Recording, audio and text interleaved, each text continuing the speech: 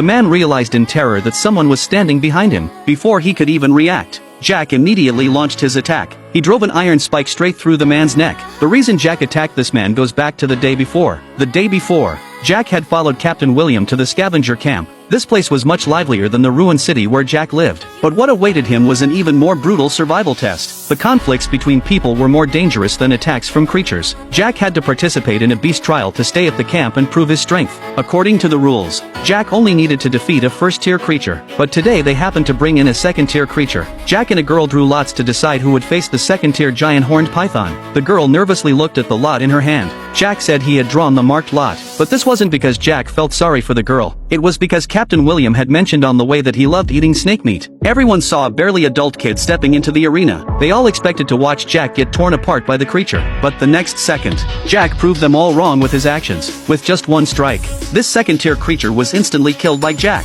He also extracted the snake's gallbladder. This scene shocked everyone in the camp. Then Jack began processing the creature's carcass. His movements were skilled and swift, but he didn't notice that two mysterious young men were watching him. Although Jack's performance was outstanding, in the two young men's eyes, he still needed training. After Jack earned the right to stay at the scavenger camp, he followed Captain William back home. Captain William not only prepared new clothes for Jack but also personally cooked a feast. This was the first time in 7 years that Jack had eaten cooked food. Having gotten used to eating raw meat, he had long forgotten normal eating habits. Through their conversation, Jack learned that the wound on his arm was called contamination. Training was the only way to survive in this post-apocalyptic world. But during the training process, contamination would also accumulate and harm oneself. To reduce the harm from contamination, one had to quickly take a medicine called white pills. After advancing to elite level 2, Jack went alone to the camp's general store. He planned to use his only 20 spirit coins to buy 2 white pills. Jack had just gotten the white pills in his hands when a thug named Mark made his move. Mark didn't want Jack's life.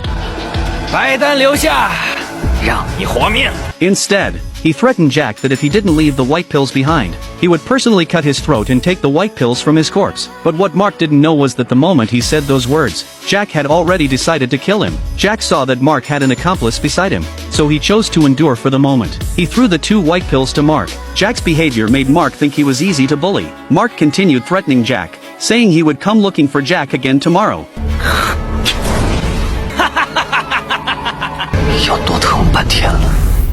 At nightfall, Jack began his move. He first killed Mark when he was alone.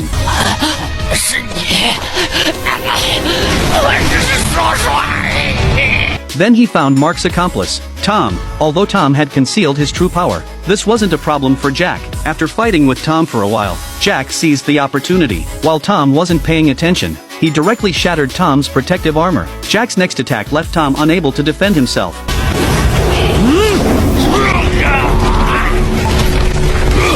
Seeing Jack charging at him with his fists again, Tom, who had been pushed to the brink, quickly summoned 2 poisonous insects to hold Jack back. But what Jack didn't expect was that the toxins released by these 2 insects were the most deadly. The moment Jack came into contact with the toxins, his skin began to rapidly decay. Tom gripped his last weapon, preparing to take Jack down with him. He waited for a long time but saw no sign of Jack. Just when he thought Jack had died in the toxic fog, a figure suddenly burst out from the fog. Before he could react, Jack delivered the fatal blow.